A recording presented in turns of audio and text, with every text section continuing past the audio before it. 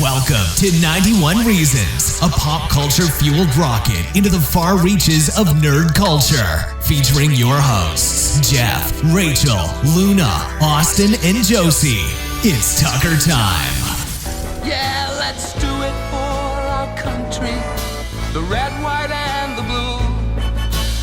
It's Uncle Sam who's asking, so your mother will approve. Tomorrow I'll be fighting, and I'll win this war for you. Let's do it for our country. Our country wants us to. Bullets are exploding, they'll soon be at the door.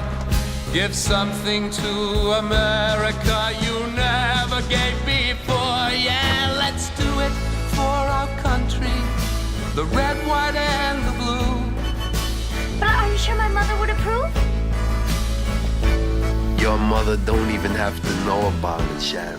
All right, if you love going to the movies like I do, because I love going to the movies, here's the best piece of Orange County, California movie advice I can give you. Don't go to the Fullerton AMC.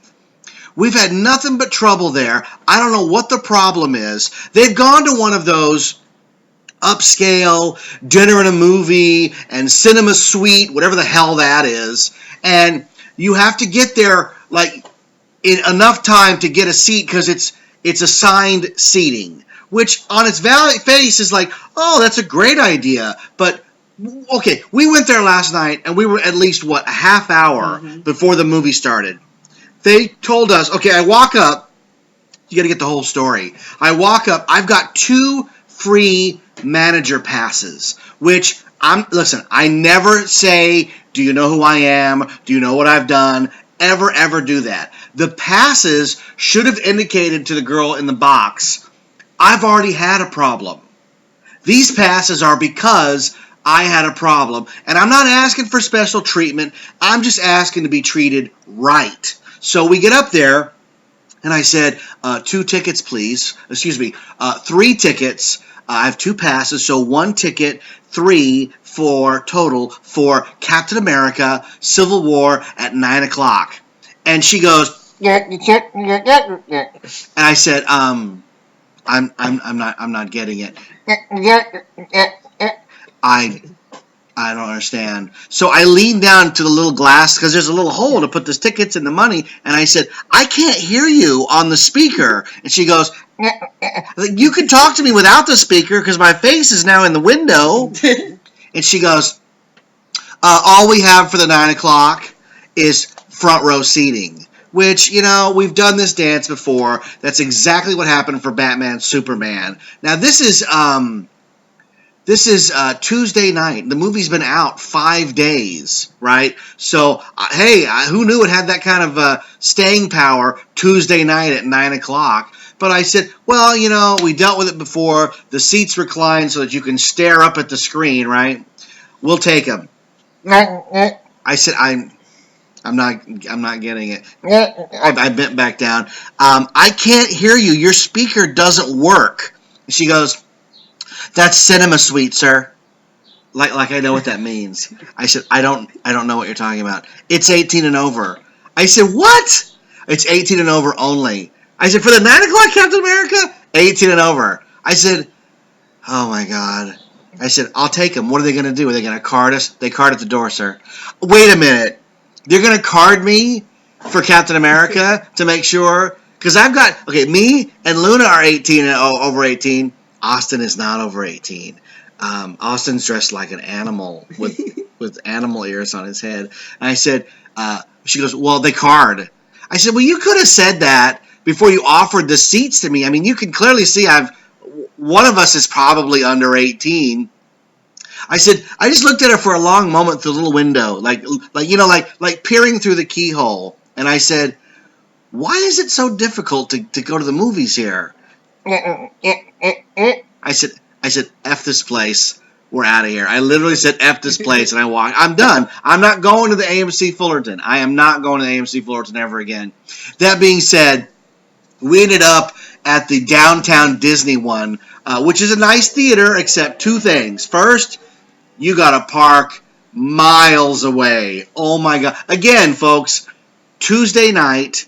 Now it's like 9:15, 9:20 by the time we get there. And we're parked that's the Toy Story lot. And I think we were parked in Sid, which is like the worst because it's like Buzz, Woody, Ham. It keeps going backwards all the way to Sid. We were just above Al from Al's Toy Barn. So we walk up to the booth, and you know what? I'd already been beat down by that woman at Fullerton, and I said, "Do you have any seats for the 9 o'clock?" Excuse me, now it's the 9:45 Captain America. And the guy goes, "Yeah, dude, you'll be the only ones in there." I said, "What?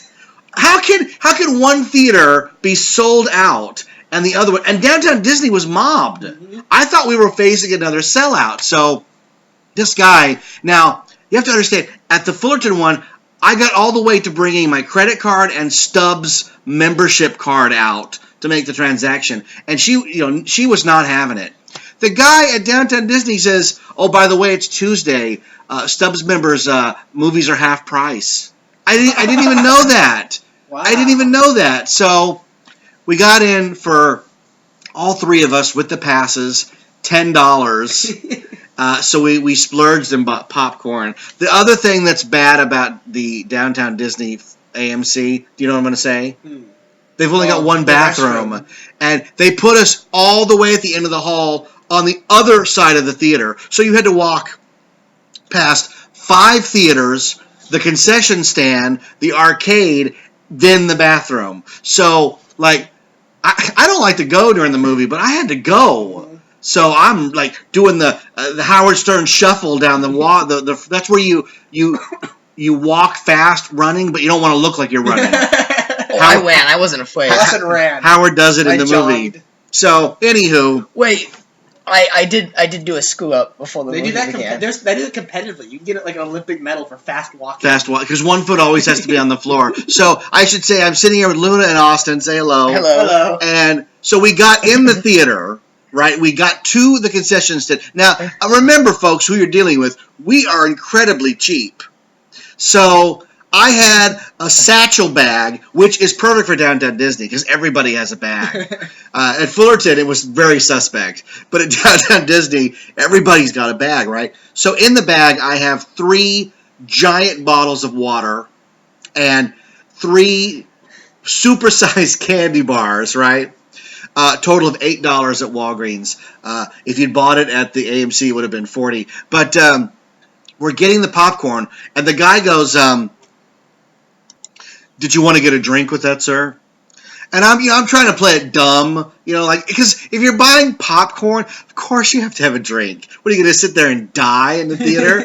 And I go, "No, maybe I'll come back after the movie starts." And Austin goes, Dad, we forgot the bottles of water in the car. He goes, "The bag?" And I looked at him and I said, "It's fine, Austin." He goes, No. We have to have those for the movie. We were going to, basically, he goes, "We're going to sneak them in." And, they're right on my hip. And I'm looking at Austin like, "You stupid man. What are you doing?" And at what point did his eyes light up with, we walked over to put butter on, right? Yeah. And all of a sudden, he looks at me and he goes, "Oh!" There was that moment, Austin, right? Yeah. Okay, so, I have these panic attacks. Example, I'm at school and I'll go, "Oh my God, where's my phone?" I'll be looking at my phone. It happens that way.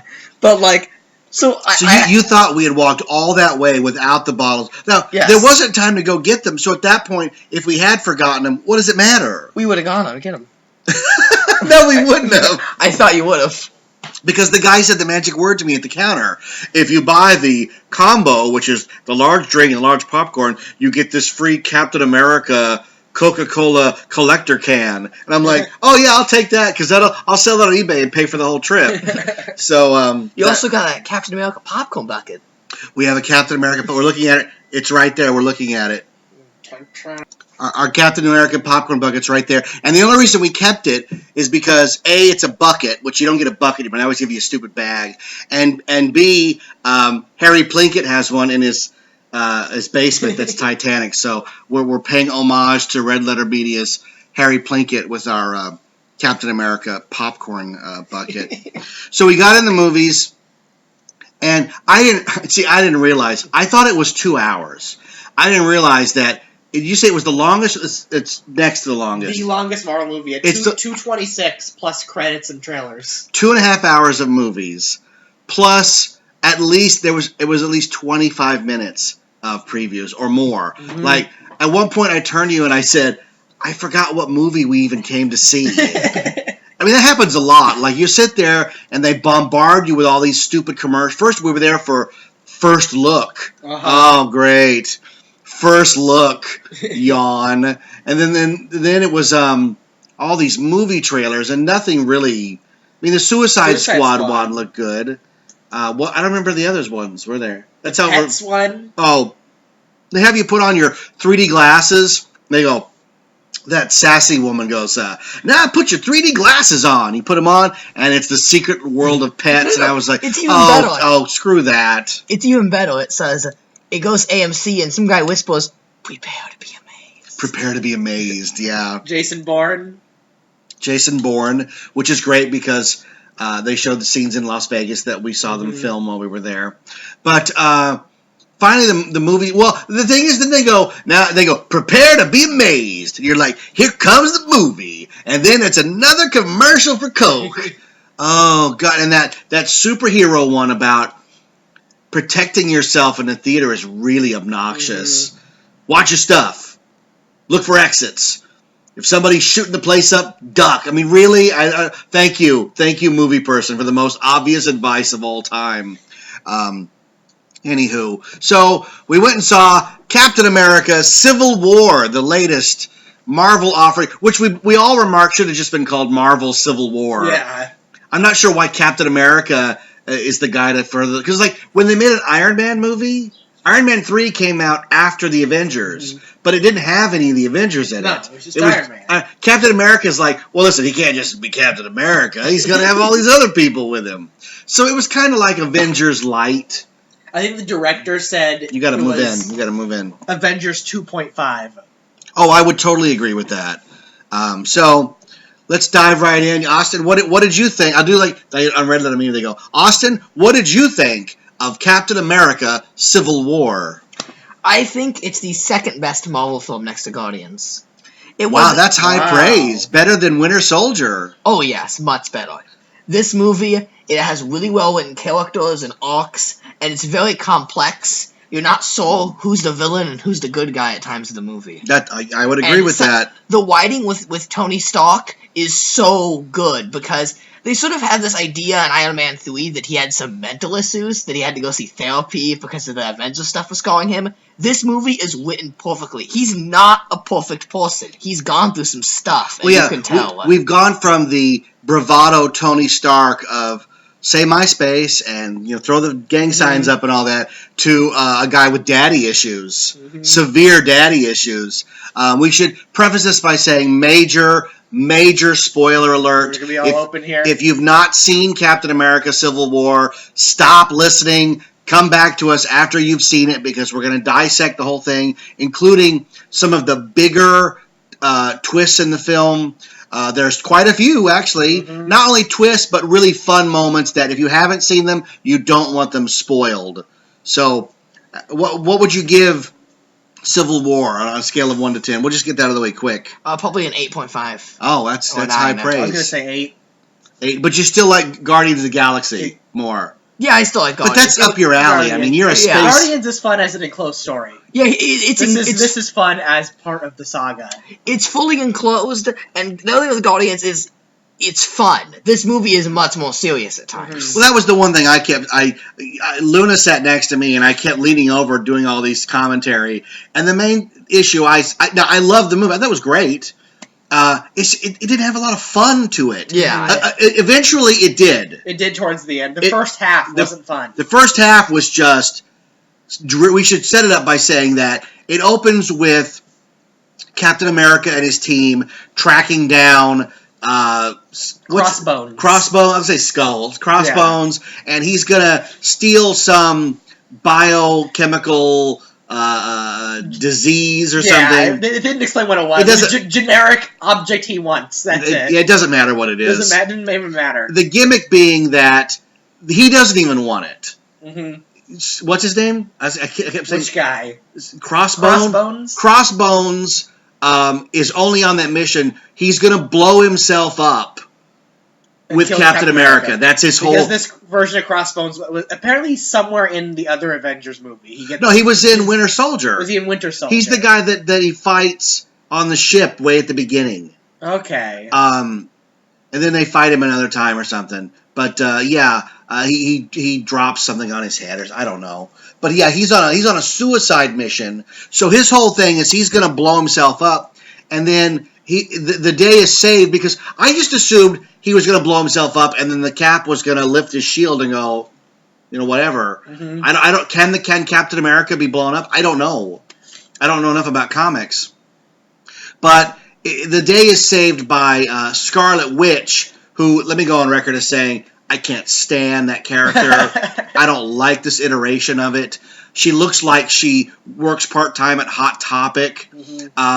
The biggest issue is they never tell you what her powers are. She can move things with her mind, create fire, create some sort of shield bubble. She's like Violet from Incredibles. She has telekinesis, and that sort of evolves into shields and stuff too. Yeah, but you got to let us know. You got to have a training session with her. It would have been great because did it seem to you as if they were setting up the Vision and her to have a romance? They were definitely. Right? Yes. I thought, well, maybe they're going to go down to the danger room and he's going to train her so that we, the audience, can see what the hell her powers are, so that when she uses them at the end in the finale, we go, oh, well, that's exactly, of course. But they're not interested in that, and I get that. Her powers are vague. The Vision's powers are vague. The Vision just does whatever. The Vision basically looks in the camera and goes, I don't know what I do. And I think I told you, he hurts my eyes. Yeah. There's something about the look of him, and it's very well done, but it does not please me. I don't know what it is.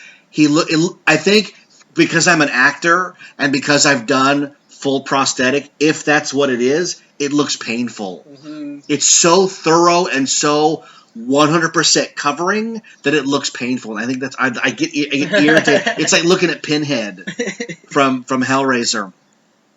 But during the mission, Scarlet Witch saves the day and ends up blowing up an office building. And we're supposed to assume a lot of people died in the office building. They say 11, I think. Was it 11? They give a number on the newsreel afterwards. Okay, so... and they were all foreign people. Austin's showing me a picture of the Vision on set, and it is makeup. Oh. It's real. Yeah. So some scenes, right? That's the Hulk. That's the Hulk, Austin. Yeah. Oh. So, it's painful to look at. God bless Paul Bettany for doing that. That's just hard to believe. But, so, the Avengers are then not put on trial, but put on notice that all the damage they've caused has a price, and they have to be regulated. They can't just do what they want. So it splits the team. That's the civil split war in the movies. And there are two sides, with Captain America leading the we're going to do whatever the hell we want, and Tony Stark leading the we've destroyed a lot of lives, and what are we going to do? Which is interesting to me, because if you're talking about the beginning of the Marvel Universe, Captain America's the guy who takes orders. Yeah, that seems backwards. Doesn't it? Am I the only one? I think it's showing that their character arc, but in the first Avengers movie, Captain America was about taking orders, and Tony Stark didn't want to sell his weapons to S.H.I.E.L.D. because he didn't trust them. Right. Now they've reversed roles. They reversed, right? Which is why it's so irritating when Tony's laying out his case and Captain America's like, no, I have to, my friend Bucky, and I have to do this, and Bucky, and blah, and Bucky, and blah, and I turned to you at one point and I said, I'm sick of Bucky. I'm completely sick of Bucky. The idea that a childhood friendship would be more important than 100 civilian lives, to me, is ridiculous. Captain America should have turned to Tony Stark and said, you're right, we should be regulated. I'm from the Army. We take orders. The orders now is bring the Winter Soldier in. But that's not the story. That being said, I thoroughly enjoyed the journey that we went on, and the two new characters that were introduced were so good and so welcome to the story. The first one they introduced is Black Panther. He was amazing. It was amazing. I was in awe of that guy. Was a badass, great actor. The costume is great. His motivation is great. Everything about him was They great. set him up really well. He wasn't just suddenly there, and he wasn't too drawn out either. Right, it wasn't just like one. I mean, I'm not going to bash Superman: Dawn of Justice because I enjoyed that too. But some of that was jarring. Wonder Woman shows up and it's like, what? Black Panther showed up and you're like, that's Black Panther, man. Look at that. And I'm not even a fan of those comics. I like how they did the same exact Senator scene as DC. They all walked into the Senate. You have one Senator against them, and I'm like, well, this is the part where Lex Luthor's pee comes in and blows up the building. Yeah, you knew they were going to blow it up. And they did, and they killed the angry Senator. I thought the opposite. I thought they were all going to show up and have an argument, and that was going to be the rift. Like the total, like everybody's going to sign right now. That scene actually came later. Yeah. But blowing it up was great. And then when the poor king is dying and his son's there, I turned to you and I went, Simba. Which was pretty cool. But, no, Black Panther was fantastic. His motivation, his story arc was great. For a movie so crammed. Yeah, he got a complete arc from start to finish. It was amazing. He went from the son who loves his father and wants to do the right thing to I'm going to avenge to having a moment where he can get vengeance and deciding otherwise. That it's. It was a really strong character arc. It would have been a solid movie by itself. If they'd made the Black Panther movie just that story, we would have bought it. They were supposed to. When they didn't know they were going to get Spider-Man. Which was the other character introduced in the film. What'd you think of Spider-Man, Austin? Well, the moment he showed up, he was listening to headphones and cutting a computer, and I'm like, this is where it all falls apart. Just after Black Panther, here we go. Yeah. And then he was great. You were a little scared because he's very young. Aunt May is like my age, Marissa Tomei. She's not the old spinster woman. And he's got a room full of junk. But you know what? He walks. Putting him with Tony Stark, who already knows who he is. What a great introduction, taking Spider-Man from his separate universe into the Marvel universe. What'd you think of Spider-Man? I think it was great. I think he works a lot better as part of a team than trying to give him his own franchise. Well, they're obviously going to anyway, because it's hard to believe, but Spider-Man is still right next to Batman and Superman and Captain America. Yeah. He is one of the greats, if not the greatest creation to come out of Stan Lee's tenure at creating for Marvel. But I thought it was handled well. I thought that actor was great. He had the perfect balance of gee whiz kid and I'm trying to be a badass superhero. And why? Let me ask you this: why did it work so much better watching his Spider-Man exploits on YouTube in this film and not on Dawn of Justice? Oh. Same exact introduction. It is. This one was handled better. Yep. I'm not sure why that was, but this one was it was more organic, you know? And then we know that Tony recruits him to go to Germany. So the stage is set for the centerpiece of the movie. And it's had a lot of good action going in the movie. Oh, yeah. Quite a lot of action with the Winter Soldier trying to get away and Captain America grabbing on. I love when he grabbed the helicopter. I thought that was great. Black Panther had a good action scene. Black Panther chase scene was great. It needed the long runtime because they put a lot in there. There was a lot in there, absolutely. There was never really a scene that caught on too long. That's what I noticed. Did you ever notice any Vision and scenes? Scarlet Witch. Yeah, I'll agree. Yeah. Vision and Scarlet Witch. That's when you can use the restroom, when they're talking. That's your run, go, pee sequence. And also the unfortunate return of Hawkeye. Oh, yeah. Anytime Hawkeye shows And up. they kept calling him Clint, which made it even worse because, Hawkeye's at least a better name than Clint. I don't want him in the movie. I don't like him. He's a boring character. We got enough of him in Age of Ultron to last a lifetime. Sorry, Jeremy Renner, you're a great actor, but this is a nowhere part. He didn't need to be in the movie. He didn't do anything for it. No, they could have replaced him with Ant-Man. Yep. Yeah. Ant-Man didn't get his mutts, but he did get a big moment. Yeah, so what happens is the stage is set, all the heroes have sided out, and they meet at the Berlin airport for their big fight, which is interesting because it's in broad daylight. Yeah. There was no hiding in the dark of strings. I mean, there's no strings anymore. I mean, there are, but there aren't. You know what I mean? Mm-hmm. But the fight. Here's the thing I kept sitting there wondering is, how are we going to handle this? Because they can't hurt each other. Yeah. Because no matter who hurts who, somebody's losing. And we, the audience, are losing because we're invested in all of these characters. We love all these characters, with the exception of Hawkeye and War Machine. We love all these characters, right? And Scarlet Witch and Vision. But we love these characters, right? So when they start like they're going to fight, because even Black Widow doesn't want to fight because there's no winning here. So instead, they try to do everything they can to stop the fight. And that's where we get the introduction of the new Spider-Man in his new costume with his Deadpool clicky eyes. And it's the finest Spider-Man we've seen on film. Yep. He's wisecracking, fun. He's having fun doing it. That's the thing that got me. Here's the best part is, if it was just the fight scene with Shaky Cam and them all fighting, it would have been a complete bore. But Spider-Man's comments throughout the battle made the entire thing worth seeing. Yeah, and not only did Spider-Man's comments make it worthwhile, but the introduction of Giant Man, which we'd not seen. I mean, you didn't even see Ant-Man. He's not in the movie. But Giant Man, which is Ant-Man's alter ego, really added to it because it just made it so big. Like, the fight was big, and he was knocking against planes, and... They're finally not scared to do things like that. I mean, when the Marvel Cinematic Universe started, everything was gritty and realistic, and it was all tech-themed. There was any outfit that had to be tech. Compare it to Iron Man 1, where the big finale is him against Jeff Bridges. Yeah, and there's that one scene where Spider-Man is in his spandex outfit, webbing around the Giant Man, smashing things down, and I'm like... It's a comic book movie now. Yeah. These are comic book It's funny you say that. One of the reviews I read said the airport scene had 25 different freeze frames that looked like the cover of a comic book. Wow. With all those heroes, like, everybody's matched up, and they're fighting this and fighting that. That fight was better than any Avengers movie ever released. It was very well done, absolutely.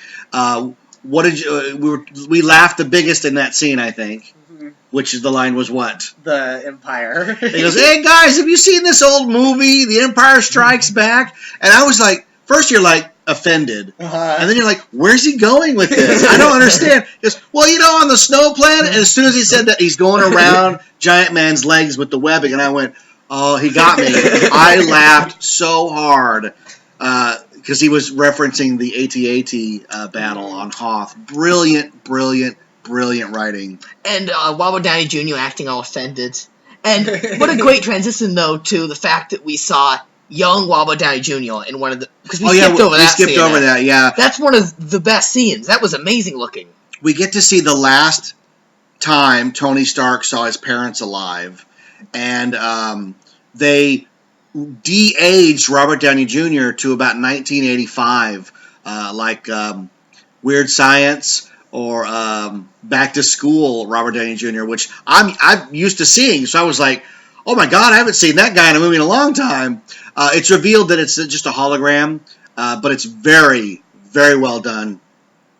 And it's great because it sets up Tony as a character with regret, with a chip on his shoulder because of his father. And that's pretty much all I thought about it until we'll talk about later. Yeah. So, during the Giant Man sequence, Tony Stark says a very funny line. If anybody has any heretofore unrevealed powers they want to reveal now, that would be great. We get to see Ant-Man running through Tony's suit, which I thought was very funny. Awesome. And then, I know how it's going to end. It doesn't make it any better, but, like, Captain America streaks away with Bucky. I don't know, who cares? We needed one death. That's all it needed to make it good, because the ending just wasn't big enough. Here's the thing is, we'd been to the funeral of Peggy Carter. She's dead. We don't see her die on screen. We just see a box. That's fine. The moment that you're asking for is in there, but they didn't have the guts to do it, and that was killing War Machine. Rhodes should have died. Yeah, there's no reason for him to still be around. No, he had a funny line at the end, but that's not enough to keep him around. And I think had he died, it might have given the next film even more weight because Tony would have blamed Captain America. He's going to blame him anyways for Rhodes being crippled, but he's not dead. So the stage is set now for the rest of the film. We get to visit the superhero prison, which is under the water. Under the water, and it Yeah. rises up. Like, I don't know if you're sure how that works. Yeah, I have no idea how that works. It looked great, but if you want to see an underwater prison of the same ilk, it looked a lot like the one from Face Off. I'm Castor Troy! No. They walk around with these magnetic boots and everything. Very reminiscent of Face Off. I'm the only one that was in the theater going, oh, I like Face Off. Everybody's like, what? So we see them, how they contain superheroes. And then the finale is set for Tony to finally believe that Bucky is innocent of all crimes. They've been threading through this character, Zemo. In the comics, he becomes Baron Zemo. He's an actual supervillain. In this film, he's just a guy with a grudge who wants revenge. So we have been led to believe that the finale of the movie is going to take place in Siberia at a bunker where Bucky was used for mind control experiments. They poisoned his mind, triggered him with catchphrases, and sent him out to kill people. Because we kept seeing him kill somebody in 1991 over and over again, right? So the idea was he was going to get to this base first and awaken the other 5 super soldiers, the other 5 winter soldiers, and now we know why he's called the Winter Soldier, right? Because they're up in the snow. So this is the kind of movie that I like, because we're all being led down a path, and in our minds we're like, well, there's going to be another big fight between our heroes, now that Tony believes Captain America, our heroes and the 5 villainous Rob Liefeld drawn superheroes, supervillains, with the big chests that go out and the incredibly tiny waist, And instead, when they get there, all the super soldiers have been killed.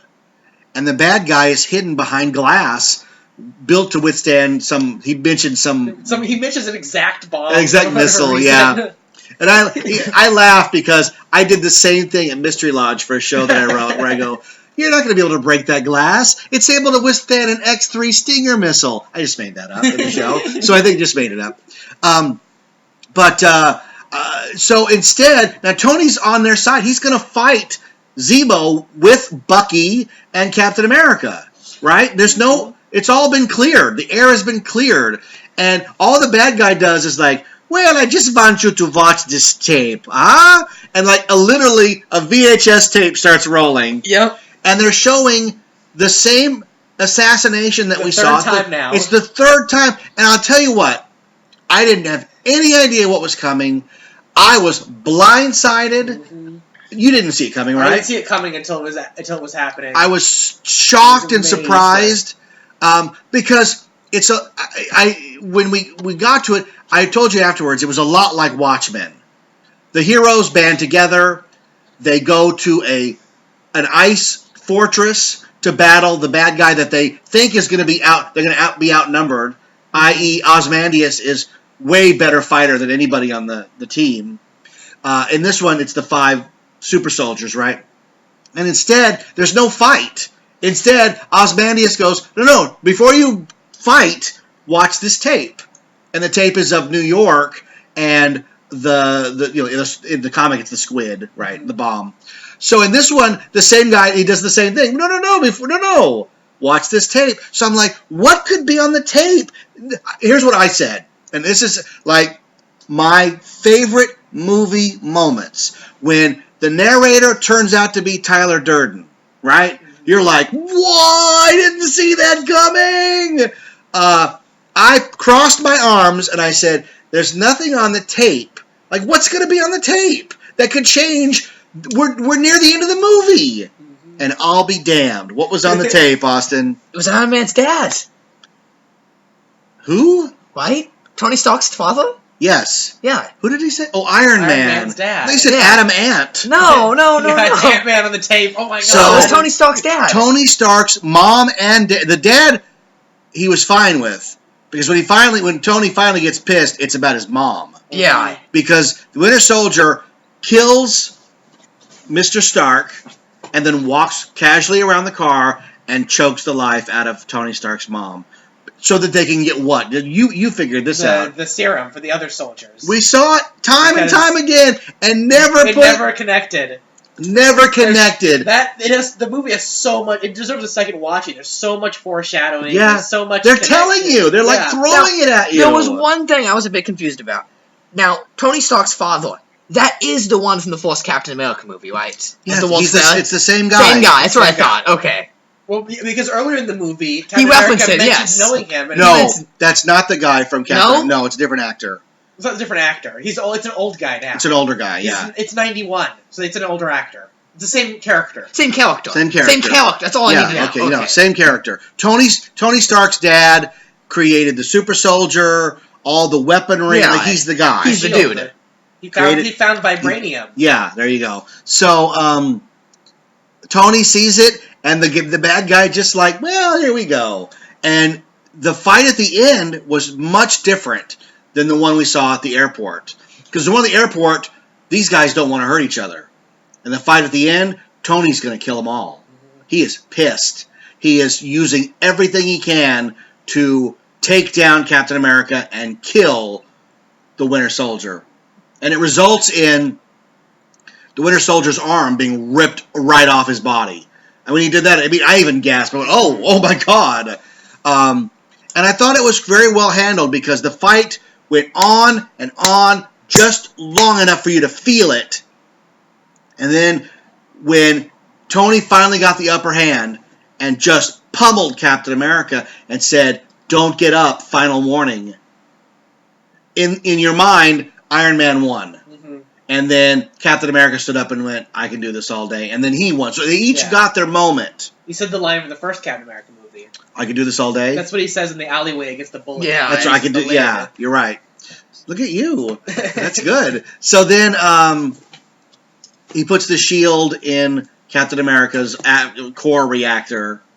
And then, like I said, I was just tired of Bucky. He grabs Bucky and they limp away until Tony says, you don't deserve that shield. My dad made it. Mm-hmm. And I thought that was a pretty poignant moment because Captain America left a shield, which they showed clearly had Black Panther's scratch marks on it. I think it's on the poster. They used the scratch marks. As a furry, you must have loved that. Black Panther was amazing. Black Panther was badass. They talk about Black Panther's suit also being made of vibranium. Yeah. So they would affect each other. The vibranium is mined in his home country. Yeah. Well, and then there's that amazing scene where Black Panther walks up to the villain and he just sits and talks with him.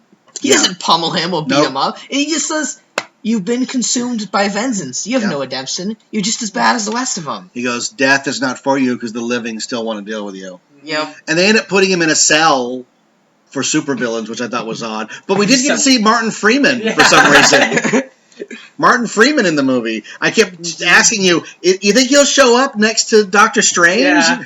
Well, people are talking about that he's right there next to Robert Downey Jr., who is Sherlock. Oh, that's very funny. That's very funny. So, the film ends with with the Captain America's team being broken out of prison, and how did it end with Iron Man? I don't remember. He's just sitting in his office. He's sitting. He's signed on with the government now. Yeah, he works for the government now, and the final scene was actually Spider-Man, which I thought was interesting. Yeah, he's got the little wrist shooters, but Tony gave him a lot of weapon. I'm sure somebody's going to freeze frame that and show us all the weaponry that Tony gave Spider-Man to fight. In the beginning, he just has a basic like you buy the grocery store Spider-Man launcher. Yeah. At the end, he gets a high-tech one. It's like a grid to select different weapons. Yeah. It looked great. So, what? we don't get a Spider-Man origin story now. That's the best part of the whole movie. That is the best part. It's been covered. It's been covered. Tony Stark did it. And they can't say, well, we're not sure who saw this movie, because everybody saw this movie. Mhm. So there's no need. We don't need to see the spider. We don't need to see the camera and him taking a picture and then getting bit and ow and oh, and I'm a spider. And this is a Spider-Man that works a lot better as on his own and not as an origin, because it's not movie Spider-Man with all these superpowers. He has to make everything. Oh, yeah. Well, they did that with the Garfield one. Yeah, he they didn't have did with organic somewhat. shooters, right? He's got to have the mechanical shooters. Mhm. That's part of Peter Parker. He's a scientist. Well, because running out of web was the only way to weaken him. That was his version of the kryptonite. Right, They had to think of something. I'm out of web fluid. Right. Yeah. You got to be out of web fluid at some point. So, it ended very well. I thought it was great. I would give it at least a 7 or an 8. But if you devalue my opinion because I give Dawn of Justice nearly the same rating, then that's just on you. You know, what are you going to do? Mm-hmm. Favorite scene, Luna? Favorite scene? Did you have a favorite scene? I don't know. Everyone's going to say the Berlin attack airport scene. Yeah. Just because it was so over the top. And it's weird to have the biggest scene in the movie in the middle. Mm-hmm. But that's okay because, like I said, the battle at the end had more emotion, where they really do want to hurt each other. And the thing you do with writing something like this is you have to build it. So sometimes it's okay to give the audience the big scene in the middle and then let them rest a minute before you continue on. And that way, when you do the scenes at the end, instead of having spectacle, they have emotional weight. Mm-hmm. You know, the lightsaber battle between Ben and Darth is not grandiose at all. It's the emotions that play, and then when Ben gets killed, that you're like, well, that's why it's so big. But the Revenge of the Sith final battle was eye-candy. Was spectacle. 25 minutes of blah, of just CGI nonsense. And you know, that was what I have the higher ground. What I really feared after that airport scene was like, oh no, the ending is gonna try and wow us with spectacles now to beat that. Right, and yeah, no, yeah. it was powered by emotion. That was great. Yeah. And that's something that Age of Ultron didn't have. Because they wanted, I mean, that's what Joss Whedon does, is the biggest spectacle. I mean, he pulled a city up. Yeah. But it didn't look that good. And between them beating each other up and having a scene where they all show up, even Spider-Man owned by Sony, to an emotional ending, this is finally a movie now where you can tell, because obviously Spider-Man was in legal mess, right? Yeah. Mm-hmm. This is finally where storytelling conquered the capitalistic board of members that makes these movies together. Well, we're seeing something that hasn't happened since Roger Rabbit, where it's, if we just shared, everybody would make more money. Yep. You could make a Bugs Bunny movie, you could make a Mickey Mouse movie, but if we made one with both of them, we're going to make 3 times as much money. So let's all relax and make some money. Yeah. I totally get that. But what matters most is like, okay, look at Age of Ultron. That is a movie by a committee to sell toys. How many different versions can we feature of each character? Right. How many robots can get And made Joss up? Whedon said he was handcuffed by what he had to put in to further their little storyline. Yeah. You know, this has to be in here. This has to be in here. You know. Yeah. And that's, Like, the ending of this one could have been a lot bigger, a lot more emotional, but they didn't do a lot of stuff because they have to leave stuff open. oh yeah. Well, You can't kill anyone major. You that's- can't do any huge things.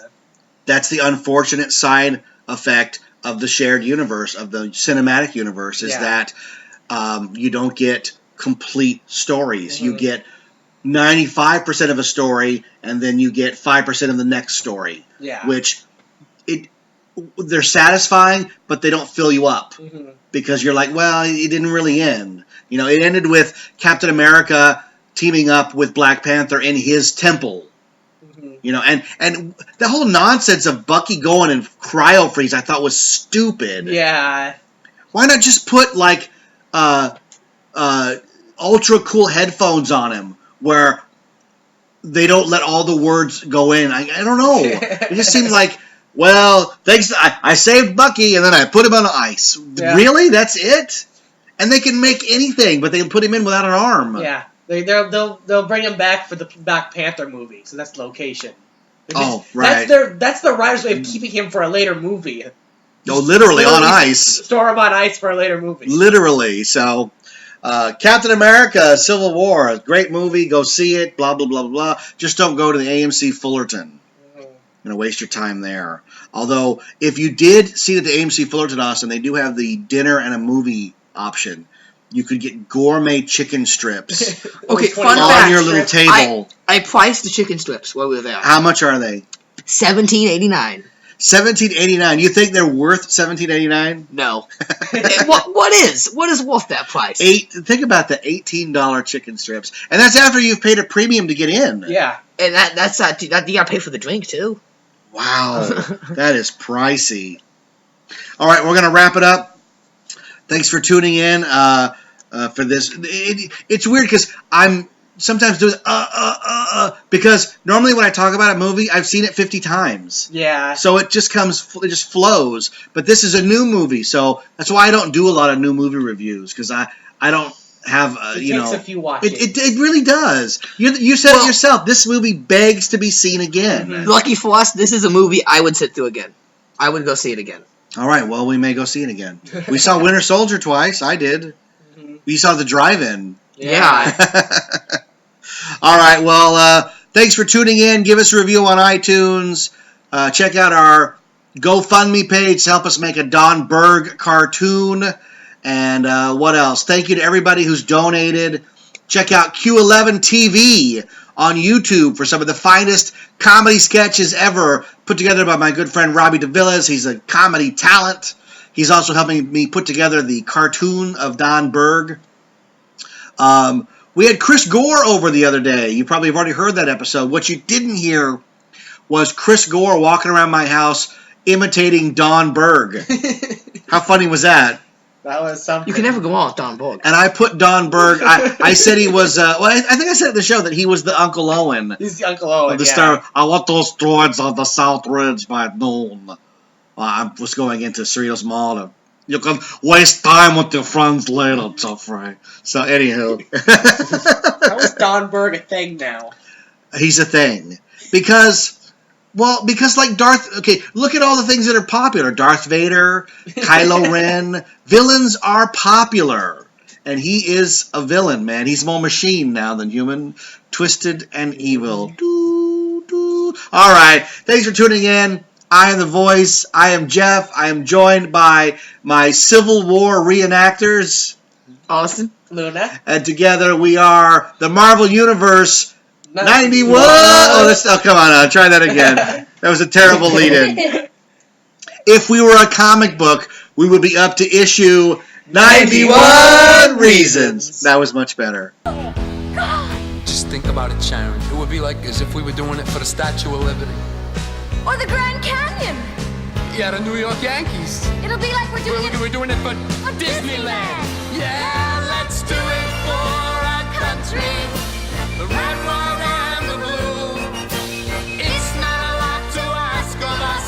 Our parents will approve. You'll be a mighty soldier. Before this night is through, let's do it for our country. We owe it to our country. Let's do it for our country. Our country wants us to. Thanks for listening. By Graham Thar's Hammer. We'll be back with another episode. Live long and prosper. May the force be with you. So say we all. Hey, hey, hey.